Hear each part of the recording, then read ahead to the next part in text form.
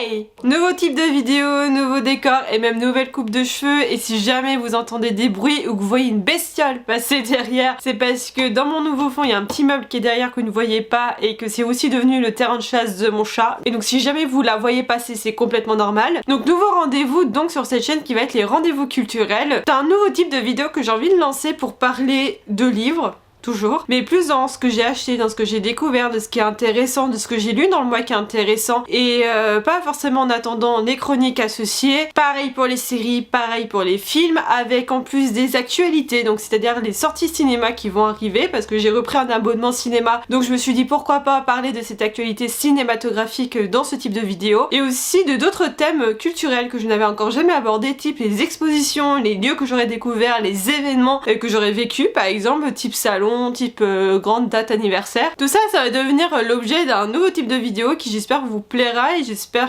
que je m'y tiendrai à les faire tous les mois parce que c'est un peu l'objectif, c'est de le faire tous les mois. On croise les doigts parce que moi et la régularité ça fait 2, donc j'espère pouvoir faire ça. Mais en tout cas ce type de vidéo sera beaucoup plus légère que les chroniques, que ça sera beaucoup plus intuitif et pour moi ça sera une manière aussi de parler d'autres choses et d'éviter de faire tout le temps des chroniques qui me demandent énormément de travail. Donc me voici dans les rendez-vous culturels. Donc à chaque fois on va reprendre ce qui s'est passé le mois précédent, donc là par exemple ici le mois d'octobre, et on ira ensuite vers les objectifs de novembre. Enfin bref, je vous laisse découvrir le principe tout de suite. Donc on va ouvrir tout de suite le chapitre des livres, comme ça sera fait. Là le but ça sera aussi de vous présenter les livres que j'ai achetés, donc j'en ai acheté 2. Le premier qui est Les Dernières Heures de Rolf Drouhart, je sais pas trop comment ça se prononce, qui est une romance pendant la Seconde Guerre mondiale. J'espère que ce sera pas trop cliché, surtout avec la française qui tombe amoureuse d'un allemand, mais d'après le résumé derrière, il se passe d'autres choses, d'autres faits sur la Seconde Guerre mondiale. Il y a aussi une histoire de famille, enfin bref. J'espère que ça sera pas trop cliché, mais en tout cas ça m'intéressait bien. Et on va rester aussi sur la thématique de l'Allemagne avec le magasin des souvenirs, avec le premier livre qui s'appelle Charlotte et Anna de Katharina Force. On reste sur la thématique de l'Allemagne puisque là on est en 1919 à Berlin. On va suivre le parcours de deux femmes, Charlotte et Anna, qui ont un parcours de vie différent. Et je veux pas trop en savoir plus et j'ai envie de me plonger dans ce livre et de le découvrir tel qu'il est. Voilà, c'est le deuxième livre que j'ai acheté. Après, quand est-ce que je vais les lire, je ne sais pas. Quand est-ce qu'on les verra dans des chroniques, je ne sais pas. Mais si je les lis prochainement, peut-être que vous allez les retrouver dans ces fameux rendez-vous culturels. C'est aussi à ça que sert cette vidéo. Et justement, je vais pas épiloguer, mais les livres que j'ai lus pendant ce mois d'octobre, c'est la trilogie des Hunger Games. Pourquoi les Hunger Games? Tout simplement parce que vous le savez sans doute, je vais en reparler un peu plus tard, mais il y a le nouveau film des Hunger Games qui va sortir au mois de novembre, donc qui est une adaptation du préquel La Ballade du Serpent et de l'Oise de Chanteur. Film qui m'intéresse énormément puisque depuis que je suis ado, je suis fan des Hunger Games. J'ai lu le bouquin, j'ai adoré. Maintenant j'ai hâte de savoir comment ça a été mis en scène dans un film. Et pour vous parler de tout ça, j'ai prévu une vidéo saga qui parlera du préquel, de la trilogie mère et de cette adaptation cinématographique qui va sortir au mois de novembre. Rendez-vous au mois de novembre, c'est celle-là, c'est sûr, je la fais, c'est sûr. Le script est en train d'être écrit donc il n'y aura pas de souci, celle-là je la sors et ça me tient trop à cœur pour pas la sortir. Mais vous aurez vu que pour l'instant je n'y absolument pas en rapport avec les Pumpkin Autumn Challenge, mais je regarde des séries, des films qui vont dans ce challenge là, mais au niveau livre, j'ai du mal à me tenir à la palle. J'ai beaucoup de mal, mais bon, c'est pas très grave en soi. Justement, parlons série maintenant. Je crois que depuis fin septembre à là, il y a pas très longtemps, je me suis fait l'intégrale de Vampire Diaries. Ouais, j'ai tout regardé et en fait ce qui est assez drôle c'est que, alors c'est sûr la fin je l'avais jamais vue, ça c'est sûr j'ai jamais vu, et pour vous dire je me souvenais plus de certains d'estampes de certains personnages, donc je sais même pas si j'avais passé au-delà les 3 premières saisons moi quand j'avais regardé quand j'étais plus jeune. J'avais un peu peur de me replonger dans Vampire Diaries, on va pas se mentir, mais la fin m'a beaucoup bouleversée, genre vraiment j'ai versé la petite larme. Voilà, c'était une bonne, j'ai bien aimé redécouvrir Vampire Diaries. Je vous fais pas le speech, je pense que tout le monde connaît Vampire Diaries ou alors vous doutez de ce que c'est. Sinon j'ai pu aussi avancer dans Sweet Tooth, donc qui est une série que j'ai pas terminée hein, pour l'instant je suis pas à jour, mais j'ai pu avancer quand même un petit peu au mois d'octobre, qui est une série où nous avons des hybrides, donc ce sont des nouveaux enfants qui naissent à moitié homme à moitié animal, plus ou moins atteints hein, par cette animalité, si je peux me dire ça comme ça. Et quand ils sont apparus, il y a aussi eu un virus, donc le fléau, qui touche la population humaine, et dans la série 98% de la population humaine a été décimée par ce fléau, et apparemment il y a un lien entre le fléau et les hybrides. Enfin on se doute qu'il y a un lien, mais on sait pas, on a encore pas la clé. J'espère qu'on l'aura dans la saison 2. Personnellement, autant il y a des épisodes que j'accroche, autant il y a des épisodes que j'accroche pas. Donc des fois il y a des épisodes où ça avance vraiment, puis il y a des épisodes où c'est assez lent. J'ai encore du mal à me faire un avis sur cette série, mais en soi ça se regarde bien. Et j'ai aussi très peu avancé, je crois que j'ai regardé 1 ou 2 épisodes du Mandalorian. Voilà, bon, j'espère avancer un peu plus dans cette série et en tout cas me mettre à jour au mois de novembre. Maintenant passons au film. Et comme je vous l'ai dit, j'ai repris un abonnement cinéma. Donc j'ai été au cinéma pendant le mois d'octobre. J'ai vu plusieurs films, donc Mystère à Venise, que j'ai bien aimé. J'ai eu très peur parce que Mort sur le Nil, ça a été très long, très long. Attendre plus de la moitié du film pour avoir le meurtre, c'était très long. Mais là, dans Mystère à Venise, dans le meurtre, il a été dès le début du film. Il y a eu une petite intro, mais qui servait bien le film. J'ai bien aimé les images, j'ai bien aimé comment ça a été mis en scène. Bon, il y avait des fois des moments où on essayait de faire peur qui fonctionnaient plus ou moins bien. Sachant que je suis une vraie flippette et que ça soit un thriller, ça se regarde assez bien quand même. On n'est pas non plus en train de bondir de son siège. Ça se regarde bien. Moi, j'ai bien aimé. En plus l'ambiance un peu paranormale, mais le paranormal est expliqué de manière rationnelle à la fin. Mais voilà, j'ai bien aimé cette ambiance. J'ai aussi regardé Le Règne Animal, donc là aussi on peut comparer ça à Sweet Tooth. Peut-être je ferai ça dans une chronique, tiens. Peut-être que je ferai ça. Mais Le Règne Animal comparé à Sweet Tooth, c'est vraiment encore plus, encore plus bouleversant, puisqu'on est vraiment dans un futur proche. Donc c'est un film français en plus. Pourquoi j'ai en plus? Parce que vraiment on a tous les codes de notre société actuelle, on a tous nos repères de la société actuelle, et dans cette société-là, on a des personnes qui commencent à muter en des animaux, en des créatures comme ils disent, et on a toute une question sur l'humanité des gens à travers ce film, à travers différents personnages, et c'est assez bouleversant. Enfin moi j'ai bien aimé, j'irais pas beaucoup aimé non plus, j'ai bien aimé. Je pense qu'il me manquait un tout petit truc moi dans ce film. La fin est très ouverte en plus, mais bizarrement moi qui aime pas les fins ouvertes, là ça m'a pas dérangé parce que ça nous laisse à la réflexion, et même après ce film, on se demande encore comment nous on aurait réagi en tant qu'être humain si nos proches, nos voisins, voire des inconnus, commençaient à se transformer en des animaux. Est-ce qu'on les prendrait pour des créatures complètement étranges, complètement inhumaines, complètement animales, ou est-ce qu'on les considérerait encore comme des êtres humains avec des êtres sensibles, pleines d'humanité, etc. La question n'est pas forcément facile, mais voilà, c'est une question qu'on nous pose, et moi j'ai bien aimé ce film par rapport à ça. Par contre, grosse déception, quand j'ai vu ce film, je me suis dit mais dans quoi je me suis embarquée? Le Vourdalak. Je crois que c'est un film indépendant qui, j'imagine, n'a pas eu beaucoup de budget parce que vu les effets spéciaux, je pense qu'ils n'ont pas eu beaucoup de budget. Mais mon dieu, quelle infamie ce truc. J'ai pas l'habitude de descendre des films, des livres, des séries ou je ne sais quoi, parce que je me doute qu'il y a eu énormément de travail derrière. Il y a toujours du travail quand on fait quelque chose comme ça. Mais là, c'était une catastrophe. Au départ, je me suis dit pourquoi pas, le Vourdalak, c'est une créature de la mythologie de l'Europe de l'Est, c'est un peu l'ancêtre du vampire pour certains, etc. Mais mon dieu, qu'est-ce que c'était long! Puis je sais pas, c'était très chelou aussi, les personnages étaient très bizarres. Puis même dans la réalisation, il y a des effets de flou. À un moment dans le film, tu sais pas pourquoi c'est là, t'as des espèces de flou. T'as l'impression que le gars qui était derrière sa caméra ne maîtrisait pas toutes les fonctionnalités de sa caméra pour faire une image nette. Enfin bref, c'était bizarre. Les effets de flou, ils étaient pas forcément les bienvenus. C'était très bizarre comme film. Moi personnellement, si j'aurais pu me barrer de la salle, je me serais barrée. J'ai pas eu le courage de me barrer de la salle parce qu'il y avait quand même des gens à côté de moi, dont une personne d'ailleurs qui s'est endormie. Il y a plein de personnes qui se sont barrées. Moi si j'aurais pu, je me serais barrée. Mais voilà, c'est très étrange, c'est très bizarre. Je me suis dit pourtant, le Vourdalak avec l'historico-fantastique, et c'est plutôt des genres un peu chelous que j'aime bien. Mais là c'était tellement chelou que même pour moi ça passait plus. Grosse déception pour le Vourdalak, vraiment. Par contre, attention, il y a des scènes qui peuvent un peu choquer quand même, qui sont un peu gore, donc attention à votre sensibilité. Voilà, c'est interdit moins de 12 ans, c'est pas pour rien, c'est très chelou. Et voilà, si vous êtes sensible à des images bizarres avec du sang et tout, enfin voilà, ça c'est gore quand même hein, sur certains passages. Dans des images un peu gênantes, j'ai aussi vu le film Le Consentement qui raconte l'histoire d'un pédophile. Je pense que tout le monde a entendu parler de ce film, que surtout sur les réseaux, ça passe beaucoup sur les réseaux sociaux, sauf que je pense que la plupart des personnes ne comprennent pas ce que c'est que ce film. Donc ce film, c'est l'histoire de Vanessa Spinoza, qui est une vraie personne qui a vraiment subi les actes d'un pédophile, donc qui est Georges Masbeth dans les années 80. Ce film est adapté d'un roman de Vanessa, du coup, qui raconte ce qu'elle a vécu, et certes on suit Vanessa, mais ça parle de la pédophilie en général, puisque on découvre aussi dans ce film ce que Georges Masbeth a pu faire aussi à d'autres enfants. Et quand j'entends sur les réseaux sociaux que oui, non mais on parle que toujours du consentement de la femme, etc. C'est pas une question de consentement de la femme, là pour le coup c'est une question de consentement sur des mineurs. mineur. Et certes on suit l'histoire d'une femme parce que c'est l'histoire d'une femme là, d'une vraie femme qui a vécu ça, donc c'est son histoire, mais on sous-entendu aussi à certains moments ce qui a été fait sur des petits garçons. Donc c'est pas une histoire sur le consentement en général, mais c'est vraiment sur un cas de pédophilie et sur quelqu'un qui a vraiment vécu ça. Personnellement, j'ai pas forcément été émue par ce film,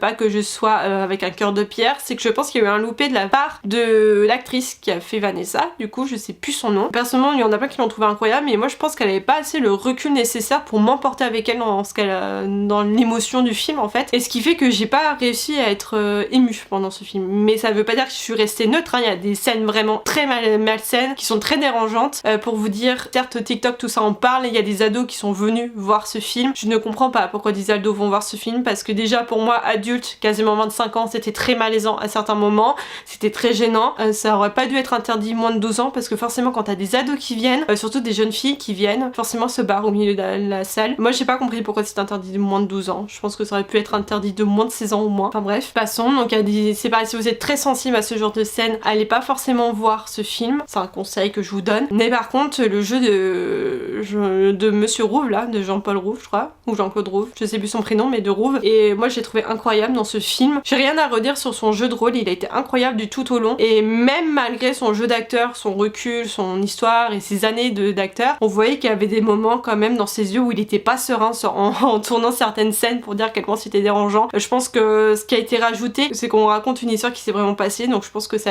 a dû jouer là-dessus. Pour moi c'est un peu ambivalent mon avis sur ce film, dans sa réalisation, hein. Je remets pas en cause le script, hein, puisque de toute façon on n'a rien à dire sur le script, ça a été fait avec une victime, donc ça raconte comment elle a vécu ça. J'ai fait pas de débat sur le script, mais par contre sur la mise en scène, enfin j'arrive pas à fixer mon avis sur ce film on va dire. Mais par contre sur les films attendus au cinéma au mois de novembre, il y a des choses qui vont être beaucoup plus légères, quand même complètement cramées, enfin j'espère que c'est léger, je dis ça mais je sais surtout ça sera pas du tout léger, qui est une adaptation d'un roman de Gilles Le Gardinier, donc Gilles Le Gardinier qui est un auteur contemporain que j'aime beaucoup. Donc Complètement cramé sort le 1er novembre, d'ailleurs ça sera sorti au moment que vous verrez cette vidéo. Il y a un autre film qui a l'air complètement barré qui s'appelle Ça tourne à Séoul, qui sort le 8 novembre. Celui-là c'est pas forcément dans mes intentions on va dire de le regarder, mais si jamais j'ai l'occasion je regarderai, ça a l'air complètement barré. Dans un sujet moins drôle qui sort aussi le 8 novembre, il y a un film sur l'abbé Pierre. Je connais pas forcément cet homme, j'en entends que parler, je le connais de nom, je sais pas trop ce qu'il a fait, je me dis pourquoi pas commencer à m'intéresser à lui avec un biopic. Pareil si j'ai l'occasion de le voir, parce que sinon ça sera pas ma priorité. Par contre ce qui sera ma priorité,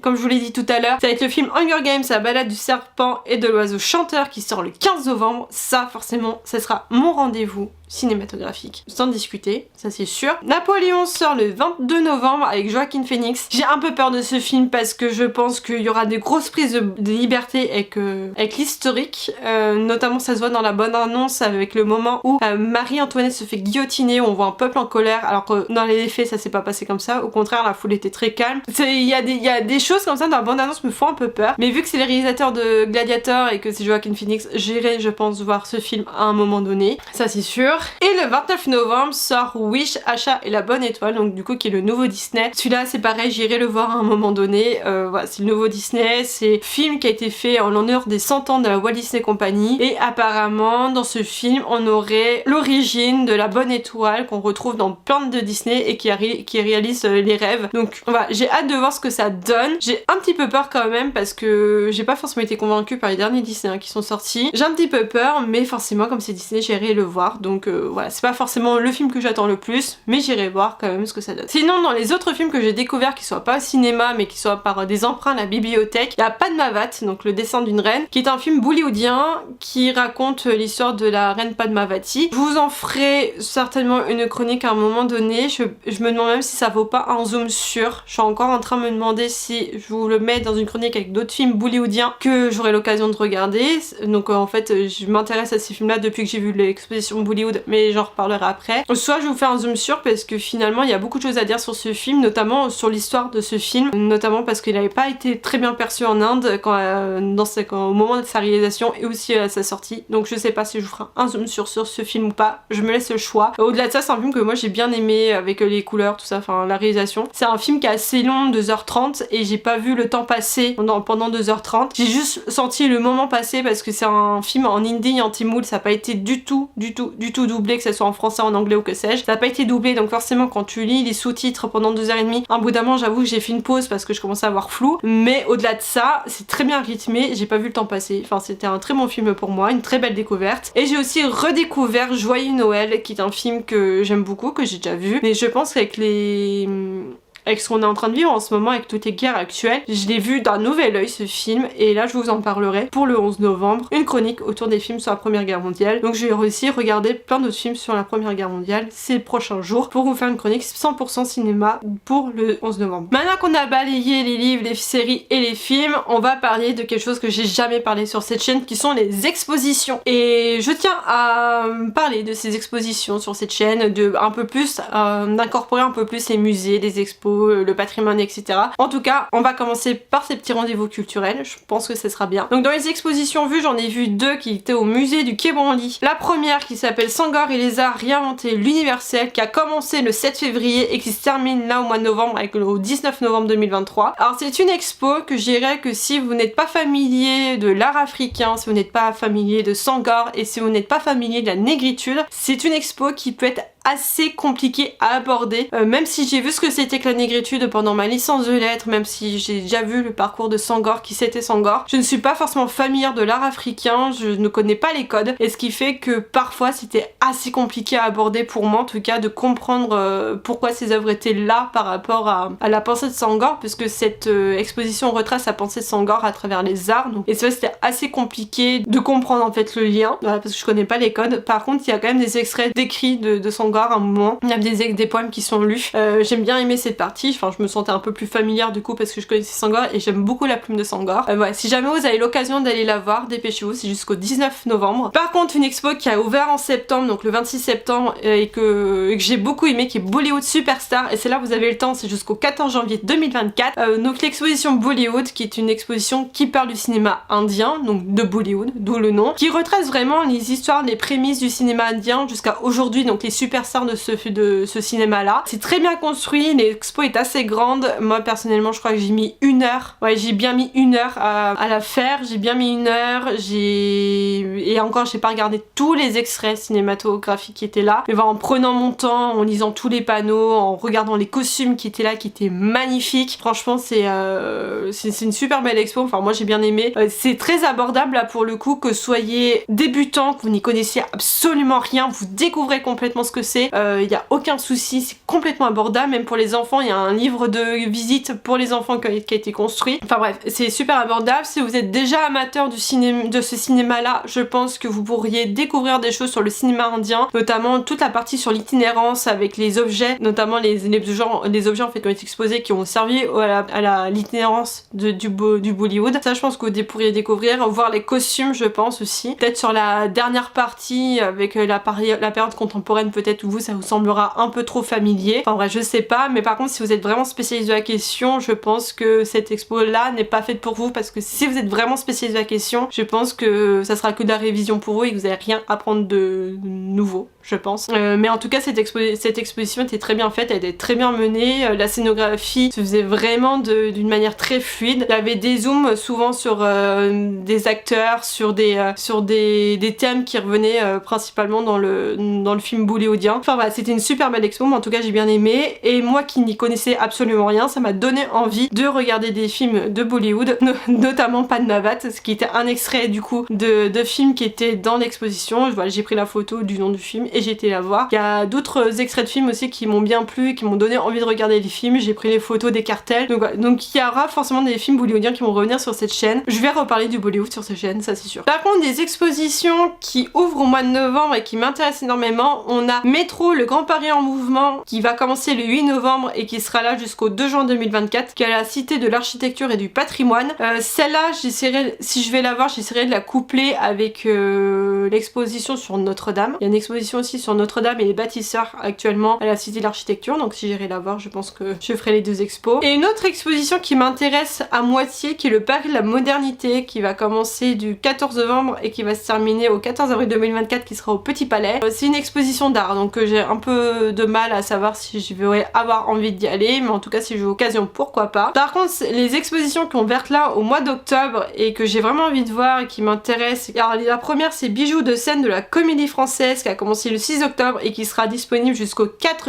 février 2024, qui est à l'école des arts de Joallier. Je pense qu'il y a vraiment de belles pépites dans cette expo et j'ai vraiment envie d'aller la voir. Après vous inquiétez pas, hein, toutes les dates, tous les lieux, je vous les mettrai en barre d'infos, vous inquiétez pas. Il y a Retour d'Asie aussi qui est au musée Carnouchy à Paris, qui a ouvert le 6 octobre et qui va se terminer au 4 février. Je connaissais vraiment pas ce musée, donc en fait je dis Carnouchy ou Cernouchy, je sais vraiment pas comment ça se prononce. Je connaissais pas du tout ce musée, c'est en voyant les pubs dans le métro que je me suis dit ah pourquoi pas, ça a l'air intéressant. Une exposition par contre là que j'espère vraiment ne pas louper, c'est vraiment à l'atelier des Lumières l'exposition Océan, donc qui a commencé le 20 octobre et qui va se terminer le 7 janvier. Donc ce sont des projections audiovisuelles de photos d'un photographe dont je ne sais plus le nom, j'ai oublié de le noter pour tourner cette vidéo là, donc qui est un photographe marin, et là ces photos vont être projetées donc dans une 4ème dimension, hein, parce que si vous connaissez pas l'atelier des Lumières, vous avez des projections sur tous les murs, au sol et au plafond. Enfin, ça nous met en immersion en fait dans les œuvres et donc là dans les photos de ce photographe là. Donc j'espère vraiment que j'aurai l'occasion d'aller la voir et j'espère vraiment pas la louper parce que vraiment j'adore le monde des océans, donc j'espère vraiment pas la louper. Une exposition que j'ai failli aller voir là ces derniers jours, mais quand j'ai vu le bordel que c'était au Louvre, j'ai fait demi-tour. J'espère vraiment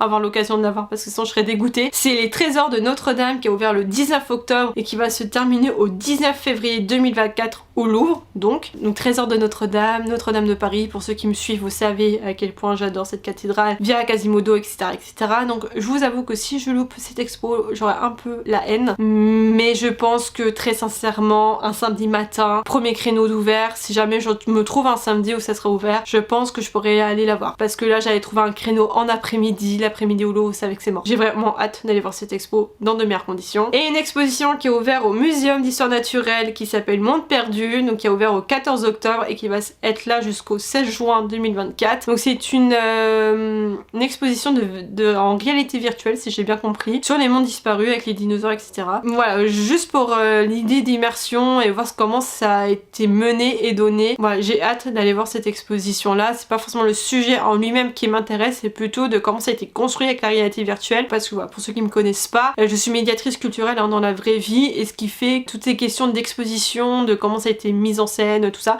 ça m'intéresse aussi. Donc c'est plus pour cet aspect là que j'ai envie de voir cette expo que plutôt le sujet des dinosaures, qui est un peu moins mon sujet de prédilection, bien que y en a qui vont dire oui mais t'aimes bien Jurassic Park, oui mais c'est pas pareil. À savoir aussi que du coup j'habite en région parisienne, donc ce qui fait que les expositions que je vous cite sont en région parisienne. Après si jamais j'ai l'occasion de, pendant une excursion dans une autre ville de France ou à l'étranger, j'ai l'occasion d'aller voir une expo en particulier, je vais les citer dans ce genre de vidéo. Mais en tout cas sur les expositions qui ont ouvertes, qui m'intéressent et qui sont à venir qui m'intéressent, c'est surtout des expositions qui sont en Ile-de-France et particulièrement Paris, parce que pour moi c'est plus facile d'aller sur Paris que sur d'autres départements en Ile-de-France, mais je ne désespère pas. Donc à part ces expositions là, pas de nouveaux lieux découverts au mois d'octobre, à part le musée du Quai Branly, mais je me suis pas intéressée à l'exposition permanente, je me suis vraiment intéressée aux expositions temporaires, donc je vais pas le citer là, mais sinon s'il y avait un lieu à citer ça serait le musée du Quai Branly. Par contre dans les événements, donc un événement que j'ai vécu le 16 octobre dernier qui est forcément les 100 ans de la Walt Disney Company, j'étais pass annuel, je dis bien j'étais parce que je sais pas actuellement si je vais reprendre un pass pour différentes raisons, mais en tout cas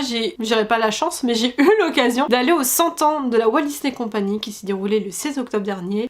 J'étais déçue par cette journée, ça c'est dit, n'avalez pas ma veste en commentaire. Je pense que quand on nous vend en fait une journée depuis le mois de janvier en nous présentant des personnages exclusifs et rares avec en spot photo, c'était un peu ça qui nous a été vendu depuis janvier, et qu'on se rend compte que ces personnages là c'était que Minnie, Mickey, Donald, Daisy, enfin bref des personnages qu'on voit tout le temps sur le parc. C'était un peu décevant, donc certes ils étaient en costume des 100 ans, mais je trouve que pour ce qui a été annoncé, le rendez-vous n'était pas là. Si on avait loupé la cérémonie d'ouverture du matin, on avait loupé le plus gros, et encore fallait être bien placé. Moi j'étais devant des mecs qui faisaient 2 mètres de haut, donc comment vous dire que j'avais mon appareil photo comme ça au-dessus de ma tête, et ce que j'ai pu voir c'était que à travers mon appareil photo. Je suis quand même contente de l'avoir vécu, mais voilà, c'était assez décevant en soi. Et puis même la préparade qu'ils avaient fait, alors moi j'aime bien parce qu'ils ont recyclé un vieux char des 30 ans, mais ils ont mis les personnages que d'un côté, ce qui fait que toi si t'es de l'autre côté comme moi, et bah t'avais rien vu, donc c'était un peu beaucoup décevant, mais bon, c'est pas grave, je l'aurais vécu. Par contre, je me suis demandé après, une fois que j'ai ravalé cette déception et un peu cette haine que j'ai eue, cette rancœur plutôt que la haine, une fois que j'ai ravalé tout ça, je me suis dit mais comment moi, à mon échelle, je pouvais rendre hommage à la Walt Disney Company pour les 100 ans, parce que comme je vous dis, moi je baigne dans cet univers là depuis que je suis gamine, je baigne dans ce monde là, il y a des personnages qui me touchent, il y a des personnages avec qui j'ai vécu quand j'étais gamine et avec qui je vis encore aujourd'hui. Pour n'en citer qu'un, Quasimodo, mais je pourrais en citer un autre qui est Jim Hawkins. Enfin, c'est ces deux personnages qui sont vraiment importants pour moi. Et je me suis dit, mais comment je pourrais rendre hommage? Et je suis en train de travailler sur un projet en ce moment qui va me demander beaucoup de temps de tournage surtout et de montage. Et je pense le sortir pour cette fin d'année. Si je le sors pas pour cette fin d'année, je pense que ça va être compliqué pour que je le sorte. Ça veut dire que j'ai des problèmes techniques pour le faire. Mais en tout cas, je vous tiendrai au courant ces prochaines semaines. J'espère quand même pouvoir le faire, ne serait-ce que pour moi, pour améliorer ma technique de vidéo. En tout cas, on verra bien ce que ça donne au long terme, mais j'ai vraiment envie d'y travailler. Et dans les événements à venir, il y aura le salon du livre et de la presse jeunesse de Montreuil qui va se dérouler du 29 novembre au 4 décembre. Forcément, je vais y aller. Forcément. Donc, rendez-vous à Montreuil. La vidéo a été longue, merci de m'avoir suivi jusqu'au bout si vous êtes en arrivé là. J'espère que ce type de vidéo va vous plaire et vu que c'est une première vidéo que je fais dans ce genre là, qu'est-ce que vous avez aussi envie d'entendre parler ou de voir dans ce type de vidéo là. N'hésitez pas à me dire tout ça en commentaire. En tout cas, moi je vous laisse ici. Normalement il y aura de nouvelles chroniques au mois de novembre. Je croise les doigts. Une qui me tient à cœur, enfin deux qui me tiennent à cœur, qui sera sur la Première Guerre mondiale et sur la saga Hunger Games. Il faut vraiment que je m'y tienne, en tout cas ça me tient vraiment à cœur. D'ici là, moi portez-vous bien, faites de très belles découvertes culturelles et moi je vous dis à la prochaine dans une nouvelle vidéo. Tchuss!